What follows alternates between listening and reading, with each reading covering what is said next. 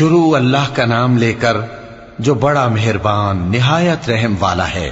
حامیم، اس کتاب روشن کی قسم کہ ہم نے اس کو ایک مبارک رات میں نازل فرمایا، ہم تو خبردار کرنے والے ہیں۔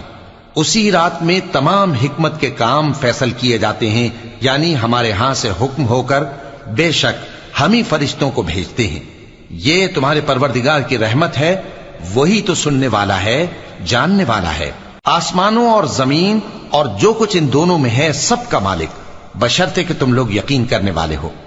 اس کے سوا کوئی معبود نہیں، وہی زندگی دیتا ہے اور وہی موت دیتا ہے، وہی تمہارا اور تمہارے پہلے باپ دادوں کا پروردگار ہے۔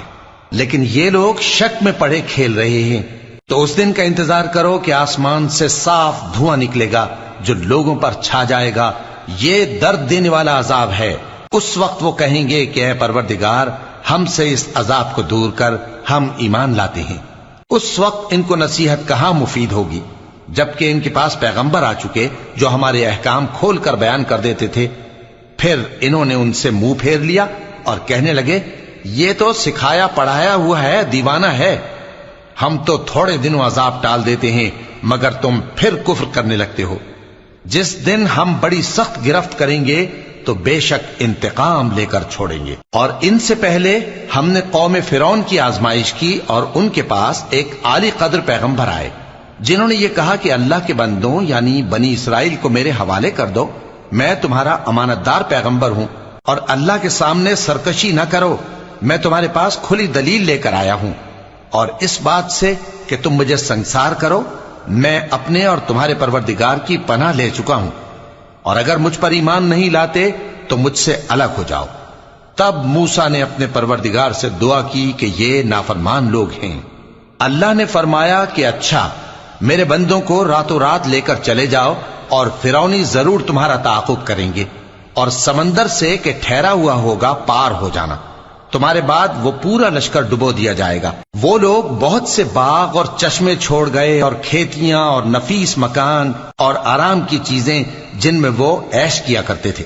اسی طرح ہوا، اور ہم نے دوسرے لوگوں کو ان چیزوں کا مالک بنا دیا۔ پھر ان پر نہ تو آسمان اور زمین کو رونا آیا اور نہ ان کو مہلت ہی دی گئی، اور ہم نے بنی اسرائیل کو ذلت کے عذاب سے نجات دی، یعنی فرعون سے۔ بے شک وہ سرکش اور حد سے نکلا ہوا تھا، اور ہم نے بنی اسرائیل کو اہل عالم میں سے علم کی بنیاد پر چنا تھا، اور ان کو ایسی نشانیاں دی تھیں جن میں کھلی آزمائش تھی۔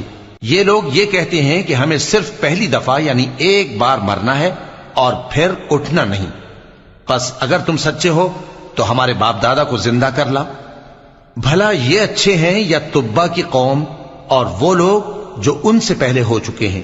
ہم نے ان سب کو ہلاک کر دیا، بے شک وہ گناہگار تھے۔ اور ہم نے آسمانوں اور زمین کو اور جو کچھ ان میں ہے اس کو کھیل کے لیے نہیں بنایا، ان کو ہم نے تدبیر سے پیدا کیا ہے، لیکن اکثر لوگ نہیں جانتے۔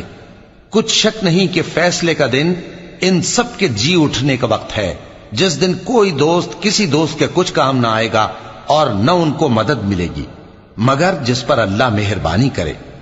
بے شک وہی غالب ہے، بڑا مہربان ہے۔